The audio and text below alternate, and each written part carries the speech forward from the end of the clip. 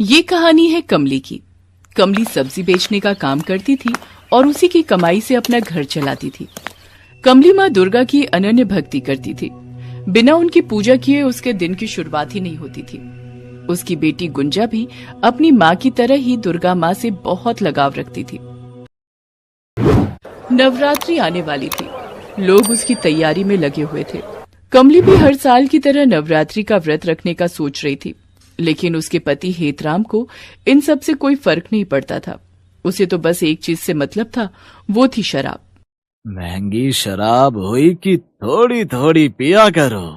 अभी सूरज ठीक से निकला भी नहीं था कि हेतराम को शराब की तलब लग गई और काम धाम तो कोई करता नहीं था। इसीलिए अपनी पत्नी को आवाज देकर बुलाने लगा और उससे पैसे भी मांगने लगा।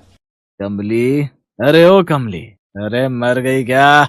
जल्दी से आ और सुन रही है, तेरे पति परमेश्वर तुझे आवाज लगा रहे। इधर आ। कमली समझ गई कि सुबह सुबह हेतराम उसे क्यों बुला रहा है।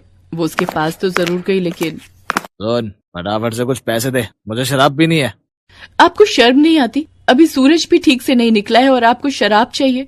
आपको ना तो अपनी फिक्र है ना ही हमारी। सूरज निकलने से शराब का क्या लेना देना? चल अब ज्यादा बकवास मत कर और पैसे दे। पैसे नहीं है मेरे पास। पैसे नहीं है क्या मतलब? पैसे नहीं है? जल्दी से पैसे दे, नहीं तो मार मार कर चमड़ी खींच लूंगा तेरी। है लेकिन आज कमली भी जिद पर आ गई थी और उसने अपने पति को शराब के पैसे देने से इनकार कर दिया था। बस इसी बात पर हेतराम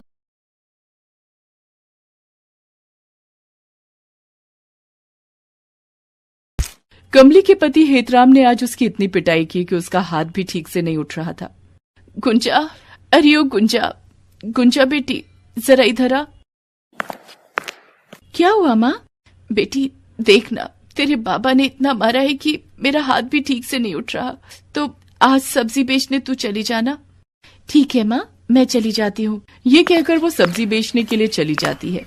सब्जी ले लो, सब्जी, ताजी ताजी सब्जी ले लो, बैंगन ले लो, घिया ले लो, टमाटर ले लो, सब्जी ले लो। धूप में पूरे दिन घूम घूम कर सब्जियां बेचना, वो भी पैरों में बिना चप्पल के, कोई आसान काम तो नहीं था।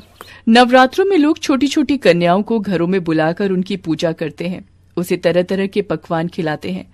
लेकिन नवरात्रि शुरू होने के 2 दिन पहले उसी पवित्र समय में एक छोटी बच्ची बिना चप्पल के भूखे प्यासे कड़ी धूप में सब्जियां बेच रही थी। बहरहाल शाम को गुंजा जब घर पहुंची तो उसने देखा कि कमली बिस्तर पर लेटी हुई थी और वो कराह रही है। माँ, क्या हुआ? तू इस तरह क्यों कराह रही है? कुछ नहीं बेटा, हाथ में बहुत दर्द है, सर भी पता नहीं क्यों घूम रहा है, इसीलिए लेट गई बेटा। गुंजा ने अपनी माँ के सर पर हाथ रखा तो वो गर्म तवे की तरह था। माँ, तुम्हें तो तेज बुखार है, मैं बाहर से बुखार की दवा लेकर आती हूँ। वो जैसे ही बाहर जाने के लिए घूमी, उसके सामने उसका पिता खड़ा था। अरे कहाँ चली, पागल हो गई है क्या? सारे पैसे उसकी दवा पर लगा देगी तो शाम को शराब पीने के लिए पैसे कहाँ से आएंगे? चल भाग यहाँ से, और आज जितने पैसे कमाए हैं सब मेरे हाथ में रख दे, नहीं तो तेरी हालत भी तेरी माँ की तरह कर दूंगा। दे पैसे। हेतराम ने गुंजा के हाथों से सारे पैसे छीन लिए और अपनी माँ की हालत देखकर गुंजा की आंखों में आंसू आ गए। लेकिन वो बेचारी करती भी तो क्या करती। 2 दिन बाद नवरात्रि थी, लेकिन कमली का बुखार नहीं उतरा। लेकिन उस पर भी उसने नवरात्रि का व्रत रखने का सोचा। माँ, तू कैसे रखेगी नवरात्रि का व्रत? तू देख रही है ना तुझे कितना बुखार है। अरे गुंजा, तू मेरी मैया को नहीं जानती है, वो मुझे बहुत शक्ति देती है। माँ, मैं चाहती हूँ कि इस बार मैं भी व्रत रखूं। तू? लेकिन तू तो बहुत छोटी है बेटा। माँ, तुमने ही तो कहा माँ दे देती है शक्ति, वो मुझे भी दे देंगी शक्ति। इस बार दोनों ने व्रत रखा। माँ की शक्ति ही थी कि कमली का बुखार अब उतर गया था, लेकिन उसे कमजोरी बहुत महसूस हो रही थी। व्रत के 5वें दिन की बात है। गुंजा सब्जियों की टोकरी अपने सर पर रखकर सड़क से गुजर रही थी। उस दिन धूप कुछ ज्यादा ही थी, प्यास से उसका गला भी सूख रहा था। अचानक उसकी नजर सड़क किनारे बेसुध लेटी एक गाय पर पड़ी। वो गाय बहुत ही कमजोर लग रही थी। वो भागकर उसके पास गई। गौ माता, गौ माता, क्या हुआ तुम्हें? गुंजा पास के नल से पानी ले आई और गौ माता को पिलाया। तब गौ माता के शरीर में कुछ जान आई।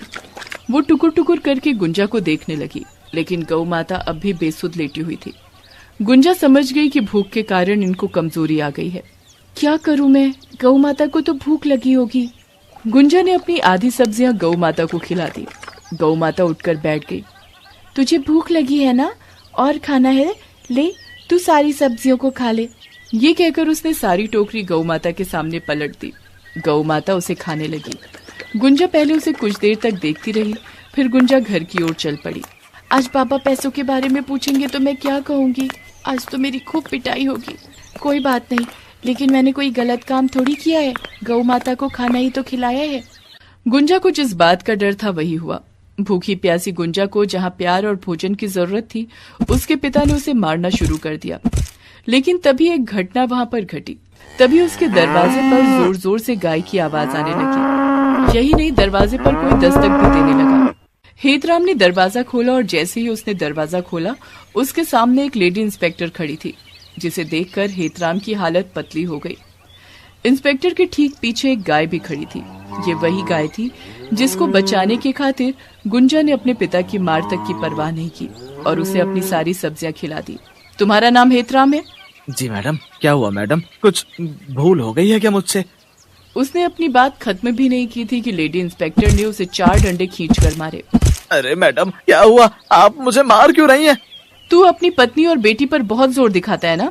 आज मैं तुझे बताती हूँ कि जोर कैसे दिखाते हैं। मैडम, आपको कुछ गलत फहमी हुई है। मैं तो इन्हें बहुत प्यार करता हूँ। तुम्हारा प्यार मैंने अभी अभी खिड़की से देख लिया, और हाँ, पूरा मोहल्ला गवाही दे रहा है तेरे प्यार की। कान खोलकर सुन ले, अगर आज के बाद तूने शराब पीकर अपनी पत्नी या बेटी को हाथ लगाया ना, तो मैं तेरा इनकाउंटर कर दूंगी। अरे नहीं नहीं मैडम, मैं कुछ नहीं करूँगा, भगवान की कसम। उसके बाद लेडी इंस्पेक्टर ने गुंजा को अपने पास बुलाया और कहा, बेटी, तुम्हारा नाम दुर्गा है। तुमने जब सारी सब्जियां खिला दी, तब मैं वहीं पर दूर खड़ी होकर तुम्हें देख रही थी और सोच रही थी कि इस लड़की का दिल कितना अच्छा है। तुमने अपनी कमाई का नहीं सोचा और सब कुछ गाय को दे दिया। मैं तुम्हारा पीछा करते करते यहाँ तक आ गई, और मेरे पीछे पीछे ये गौ माता भी। बेटी, लोग व्रत रखते हैं, उपवास रखते हैं, लेकिन दिल में दया नहीं रखते। तू सबसे अलग है और सबसे प्यारी। ये कहकर उसने गुंजा को गले से लगा लिया, और फिर एक बार इंस्पेक्टर दुर्गा ने हेतराम को नौकरी करने और अपने परिवार की देखभाल की हिदायत देकर वहां से चली गई, और साथ ही गुंजा को कहा, फिर से कोई भी दिक्कत हो तो पास वाले थाने में आ जाना, मैं वहीं ड्यूटी करती हूँ। हेतराम अब सुधर गया था और वो अब काम भी करने लगा था। एक दिन गुंजा ने सोचा कि क्यों ना वहां थाने में जाकर उसे दुर्गा इंस्पेक्टर को धन्यवाद कह दे, और वो वहां गई भी। लेकिन जब उसने पुलिस वाले से दुर्गा इंस्पेक्टर के बारे में पूछा, तो उन्होंने कहा, यहाँ पर इस नाम की कोई इंस्पेक्टर ड्यूटी नहीं करती।